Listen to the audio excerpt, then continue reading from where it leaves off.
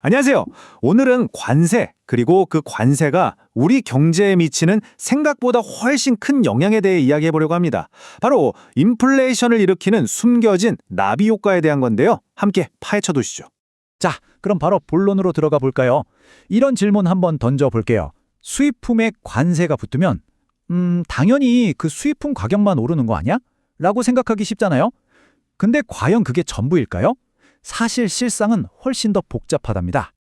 그 답을 찾으려면 우선 관세가 뭔지 그 기본 공식부터 한번 간단하게 짚고 넘어가야겠죠? 네, 뭐 다들 아시다시피 관세는 수입품에 붙는 세금이죠.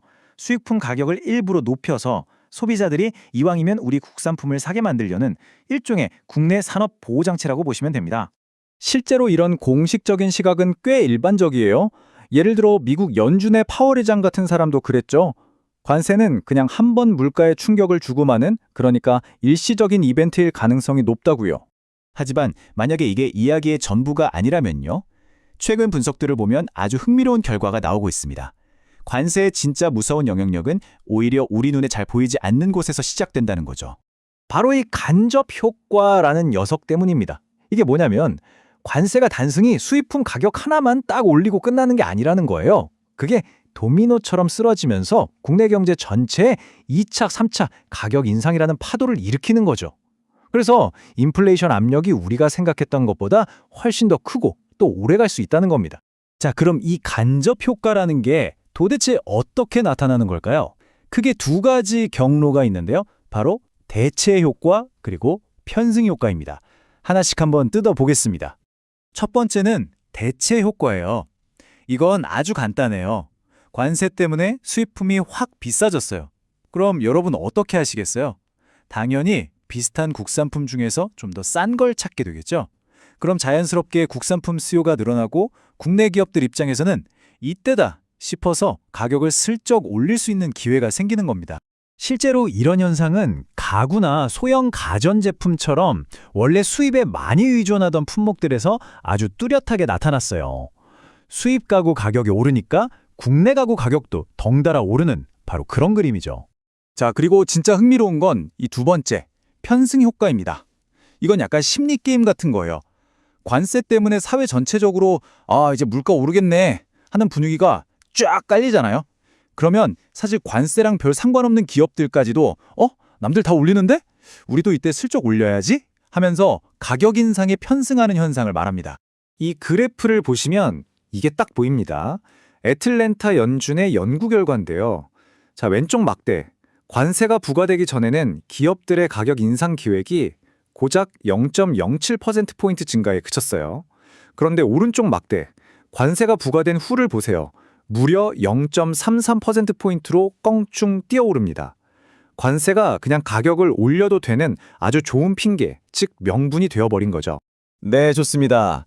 이론적으로는 이제 알겠는데 그래서 실제 데이터는 뭐라고 말하고 있을까요? 이 효과들이 대체 얼마나 큰 건지 숫자로 한번 확인해 봐야겠죠? 아마 이 결과를 보시면 좀 놀라실 거예요. 분석을 해봤더니요.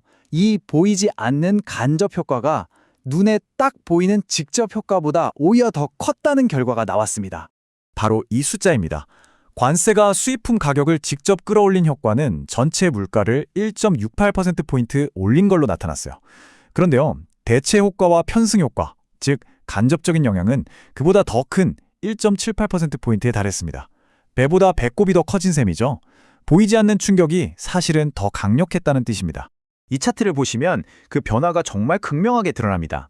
자, 관세 부과 전을 나타내는 파란색 점들을 보세요. 수입품 가격이 올라도 국산품 가격은 그냥 완만하게 조금 따라 오르는 정도였죠. 그런데 관세 부과 후인 주황색 점들 한번 보세요. 기울기가 확 가팔라진 게 보이시죠? 이게 무슨 뜻이냐면 이제는 수입품 가격이 조금만 올라도 국산품 가격이 훨씬 더 민감하게 아주 가파르게 반응하기 시작했다는 겁니다. 자, 이쯤 되면 관세 파급 효과가 그냥 이론이 아니라 실제라는 걸 알 수 있습니다. 그 영향도 상당하고요. 그런데 이게 대체 왜 우리한테 중요한 얘기일까요? 이게 중요한 이유는 이제 관세를 더 이상 한 번 겪고 지나가는 소나기 같은 일회성 충격으로 볼 수 없게 됐기 때문이에요. 관세는 우리 경제 전체의 불확실성이라는 짙은 안개를 들이우는 그래서 앞으로 물가가 어떻게 튈지 예측하기 어렵게 만드는 아주 지속적인 요인이 되어버린 겁니다. 이 불확실성이 무서운 건 여기서 연쇄 반응이 시작된다는 겁니다. 중앙은행은 물가 예측이 어려워지니 금리를 결정하기가 너무 힘들어져요. 정책 방향이 오락가락하면 금융시장은 당연히 불안해지겠죠. 그리고 그 영향은요? 결국 우리가 매달 넣고 있는 적금 이자율, 내가 투자한 주식시장의 등락, 더 나아가 우리 모두의 자산 가치에까지 직접적으로 미치게 되는 겁니다. 결국 이 모든 이야기는 하나의 큰 질문으로 이어집니다. 작은 나비의 날갯짓 같았던 이 관세가 이렇게 크고 예측 불가능한 파도를 만들어낼 때 과연 우리 경제는 어디로 향하게 될까요? 우리 모두가 함께 고민해봐야 할 문제입니다.